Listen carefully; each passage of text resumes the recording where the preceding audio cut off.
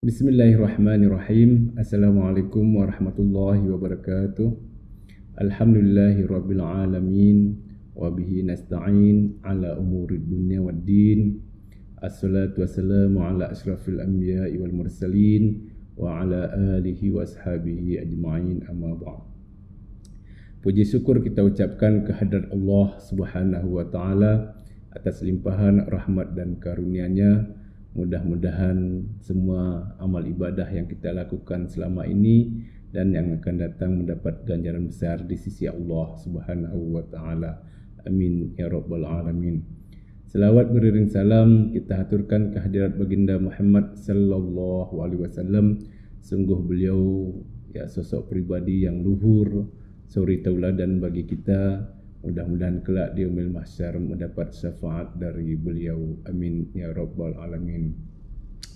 Para pemirsa, khususnya anak muda dimanapun berada, alhamdulillah dengan izin Allah kita masih dipertemukan kembali dengan bulan suci Ramadan, bulan yang penuh dengan keberkahan, bulan yang sungguh dinanti-nantikan kehadirannya karena membawa rahmat bagi kita semuanya.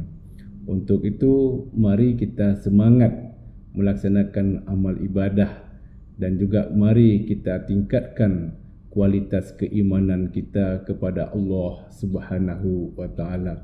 Menjadi pemuda harus semangat, memiliki spirit yang kuat untuk meningkatkan ketakwaan kita kepada Allah Subhanahu wa taala. Karena akhir-akhir ini kita anak muda menjadi sorotan di kalangan masyarakat. Banyak adik-adik kita yang masih usia remaja terlibat kriminalitas seperti penjambretan, ada lagi pergaulan bebas dan juga narkoba dan lain sebagainya. Belum lagi kita lihat di mana-mana anak muda sibuk dengan HP, sibuk dengan dunia maya dan lain sebagainya. Mereka itu lupa untuk belajar, lupa untuk memikirkan masa depannya. Bagaimana anak muda kita ini memahami kandungan Al-Quran secara baik kalau mereka ini fokus kepada teknologi seperti dunia maya ataupun HP. Kemudian juga mereka lupa belajar secara sungguh-sungguh, padahal masa depan umat ada di tangan beliau-beliau itu. Masa depan umat ada di tangan kalian, karena kalian ini adalah calon pemimpin masa depan. Kemudian peran pemuda dalam sejarah Indonesia pun begitu luar biasa. Kita lihat pra kemerdekaan, bahkan anak muda telah mengikrarkan sumpah pemuda. Belum lagi ketika rezim Orde Baru, anak muda begitu semangat untuk menjatuhkannya supaya ada kehidupan yang lebih baik. Makanya semangat yang telah ada di zaman dahulu, yang telah berkorban dalam sanubari kita, harus kita kembali untuk meningkatkan amal ibadah kepada Allah Subhanahu wa taala. Kemudian juga kita lihat bagaimana baginda Rasulullah sangat mencintai pemuda dan beliau senang melihat pemuda yang taat dan rajin beribadah, karena motivasi anak muda untuk beribadah tentu berbeda dengan orang tua. Orang tua mungkin sudah pengaruh faktor usia, tetapi anak muda mungkin adalah faktor yang lain. Makanya Rasulullah senang kepada anak muda yang memiliki sehat jiwa, raganya, dan juga memiliki motivasi dan tekun untuk beribadah.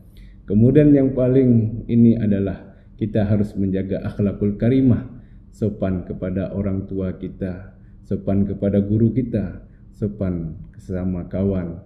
Kemudian juga kepada abang dan adik-adik kita, berikan keteladanan, berikan akhlakul karimah yang baik, karena apapun yang kita lakukan itu adalah mendapat ganjaran di sisi Allah Subhanahu wa taala. Jangan pernah bosan menjadi orang baik. Kemudian yang paling terpenting adalah pikirkan masa depanmu. Karena kalau kita berleha-leha seperti hari ini, maka jangan salahkan kelak kalau ada orang asing masuk ke wilayah kita untuk mengeruk kekayaan kita. Kita hanya laksana penonton di wilayah sendiri, yaitu sebagai tamu di rumah sendiri. Makanya harus pikirkan secara matang dan pikirkan secara baik-baik. Kemudian juga hari ini angka perceraian cenderung meningkat. Oleh karena itu, sebagai anak muda harus punya planning di usia berapa nanti menikah, di usia berapa nanti memiliki anak, kemudian memiliki pasangan yang ideal, bukan hanya menuruti hawa nafsu belaka, tetapi atas dasar keimanan, atas dasar penuh dengan motivasi, yaitu berkat dorongan, dan setelah meminta petunjuk kepada Allah Subhanahu wa taala, karena menikah adalah untuk beribadah kepada Allah, bukan untuk menyalurkan nafsu biologis. Wahai para pemuda, semangatlah. Kemudian jangan senang melakukan kejahatan. Jangan berbangga kalau kita misalnya terjerumus ke dunia hitam dan lain sebagainya itu. Tinggalkan dan jauhi dan dekatkan diri kepada Allah, terlebih di bulan suci Ramadan ini. Kita berpuasa dan Allah selalu memantau kita, dan itu adalah hanya Allah yang tahu. Hanya kita dengan Allah yang tahu bahwa kita berpuasa atau tidak. Dan ketika berpuasa harus kita jaga semua jiwa raga kita dari perkataan yang tidak baik, kemudian dari mendengar hal-hal yang sifatnya hoak dan lain sebagainya yang mengurangi ibadah puasa kita. Berpuasalah, kemudian tingkatkan amal ibadah kita, dan ingat bahwa bulan suci Ramadan itu adalah bulan yang memang sungguh dinantikan, dan jangan dilewatkan kesempatan itu, karena segala amal ibadah kita akan dilipat gandakan oleh Allah Subhanahu wa taala.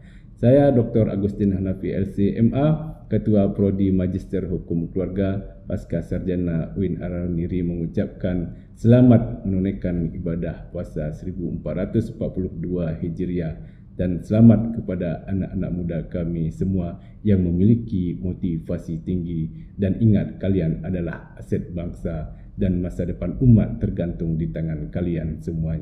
Assalamualaikum warahmatullahi wabarakatuh.